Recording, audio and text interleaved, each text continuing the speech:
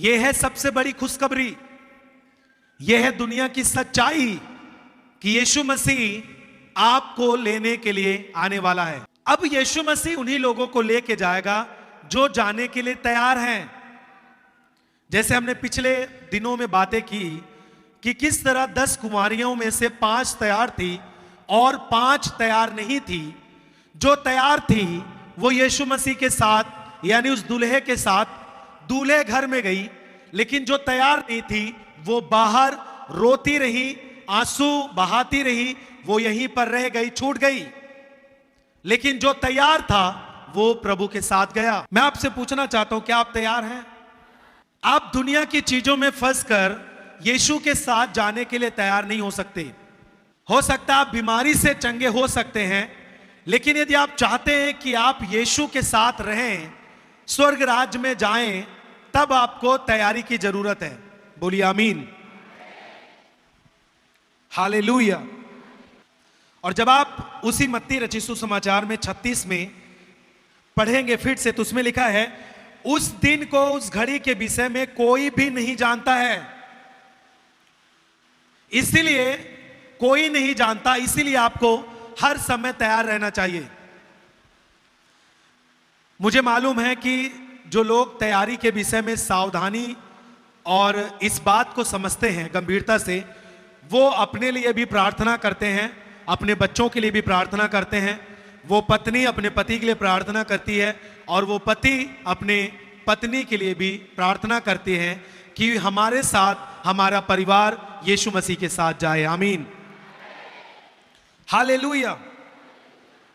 देखिए 37 पद में एक वचन लिखा है कि जैसे नूह के दिन में थे, वैसे मनुष्य के पुत्र का आना भी होगा।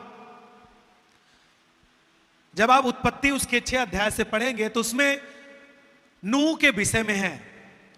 और उस समय पाप पूरी दुनिया में बढ़ चुका था और परमेश्वर ने देखा कि नूह जो था एक धर्मी घराना था, परमेश्वर पर पूरा भरोसा रखता था, अन्य लोगों की तरह वो पाप में नहीं था, न उसका घराना पाप में था, क्योंकि वो परमेश्वर के भय में चलने वाला परिवार था। जब परमेश्वर ने देखा कि कोई भी व्यक्ति मेरी बातों पर नहीं ध्यान कर रहा, तो परमेश्वर ने निर्णय लिया कि मैं अब इस पृथ्वी को और यहां के लोगों को, सबको जो पाप में लिप्त हैं, उनको मैं जल के द्वारा नष्ट कर दूंगा। और उसने एक परिवार को देखा जो नूह का परिवार था, जिसके बच्चे परिवार के जिसके बच्चे विश्वास करने वाले थे, जिसके बच्चे प्रभु को अपना जीवन देकर चलते थे, और उसकी जो बहुएं थी वो भी पूरा परमेश्वर पर भरोसा रखकर भय के साथ जीवन व्यतीत करती थी। और परमेश्वर ने जल प्रलय से पहले, नष्ट करने से पहले, उसने नूह से कहा कि मैं क्रोधित हूं लोगों से और मैं नष्ट करने पर हूं। मैं तुझको आज्ञा देता हूं, एक जहाज बना और उसकी लंबाई, चौड़ाई, ऊंचाई सब कुछ परमेश्वर ने बताई कि कितना तुझको बनाना है, यहां तक कि किस लकड़ी से उस जहाज को बनना है वो भी परमेश्वर ने सब कुछ बयान किया। और जैसे ही परमेश्वर की आज्ञा नूह को मिला, उसने भरोसा किया कि जो ये आवाज है ये परमेश्वर की है। अब मुझे परमेश्वर की आवाज के अनुसार तैयारी करनी पड़ेगी ताकि मैं और मेरा परिवार बचाया जाए। हालेलुया।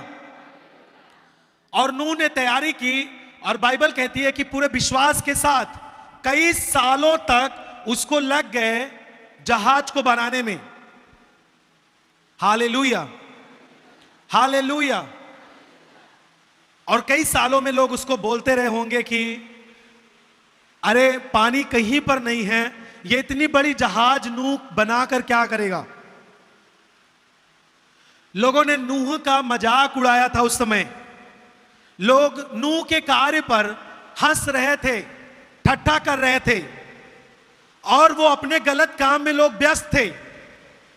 गाली देने में व्यस्त थे, बेविचार करने में व्यस्त थे।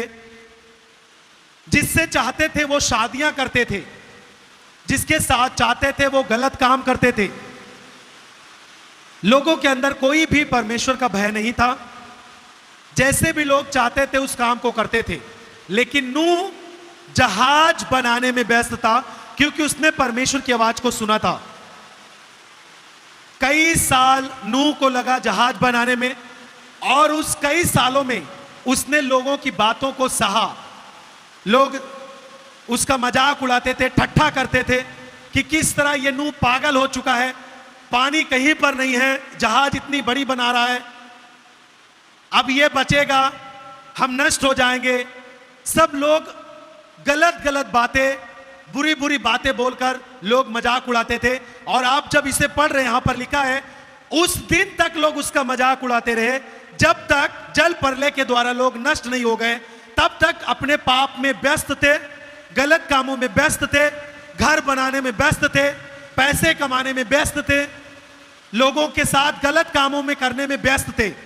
लेकिन जिस समय नूह की जहाज तैयार हुई और परमेश्वर के अनुसार उसने अपने परिवार, जो जानवर परमेश्वर ने बोले उसको, और अपने समेत जब उस जहाज में गया और उस जहाज की जो दरवाजा था परमेश्वर ने बंद किया द्वार को, और जल की बारिश शुरू हुई। 40 दिन तक लगातार पृथ्वी पर बारिश होती रही, पृथ्वी से जल के सोते फूट गए और इस दुनिया पर केवल जल ही जल रहा और सारे लोग नष्ट किए गए, केवल नूह का परिवार बचाया गया। हालेलुया। और बाइबल कहती है कि सेम उसी प्रकार से यीशु मसीह के आगमन तक लोग ऐसी ऐसी बातें करते रहेंगे। बहुत सारे मसीह पर विश्वास करने वाले भी इस बातों को बोलते हैं, यीशु मसीह दोबारा नहीं आएगा लेने के लिए, यीशु मसीह दोबारा बादलों पर नहीं आने वाला है, वो आ चुका है। आपको विश्वास करना है कि प्रभु आने वाला है और उसके लिए आपको तैयारी करनी है। नूह की तरह लोग आपका मजाक उड़ाएंगे कि तुम्हारा यीशु कब आएगा। 2000 साल से लोग कहते आ रहे हैं तुम्हारा यीशु कब आएगा। लोग ठट्ठा कर सकते हैं, लेकिन जब आपकी तैयारी अच्छी होगी, यदि यीशु आपके समय में नहीं आ पाया, लेकिन आप जब सो गए तब भी आप परमेश्वर के साथ में पहुंच जाएंगे।